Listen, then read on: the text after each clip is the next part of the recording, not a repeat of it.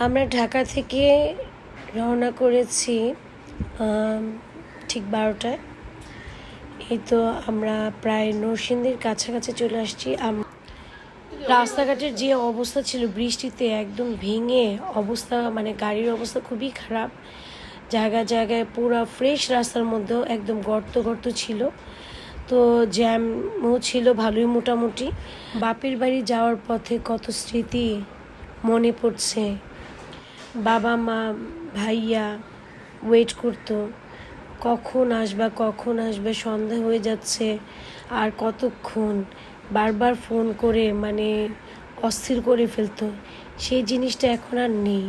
এখন আছে ভাবি, ভাইয়ের ছেলেরা, মেয়েরা, ভাইয়ারা ফোন দিচ্ছে, কিন্তু যাদেরকে হারিয়েছি সে অনেক আগে, তাদেরকে খুব বেশি মিস করছি।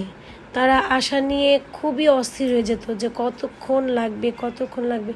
সবাই বাসার সামনে ওয়েট করত।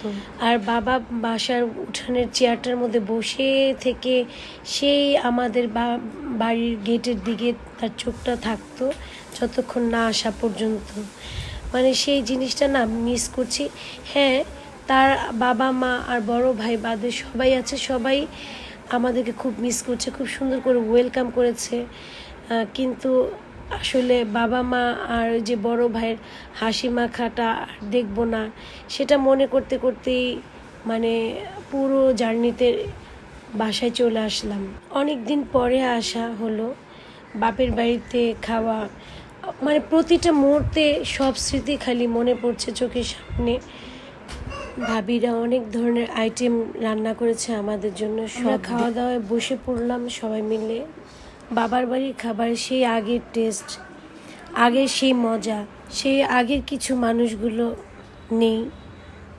তাদের স্মৃতিতে আমাদের বাসাটাও কেমন যেন সব কিছুই একটু পরিবর্তন হয়েছে, আগের মতনও অনেক কিছুই নেই। তো এই যে বসে পড়লাম, খাওয়া দাওয়া হচ্ছে, এ নিয়েই কিন্তু কথা চলছে। সে অনেক দিন পর আসা, তো ভাবিরা বলছে যে একটু মাঝে মধ্যে একটু আসা যায় না। তো আসলে আমরা শহরে যারা থাকি তারা অনেকভাবে আমরা কিন্তু সময় করে আসতে পারি না, ব্যস্ততার মধ্যে কাটে। তো এর মধ্যেই কিন্তু আমার হুট করে এখানে আসা প্ল্যানিংটা হয়েছে, যার কারণে আসা হয়েছে।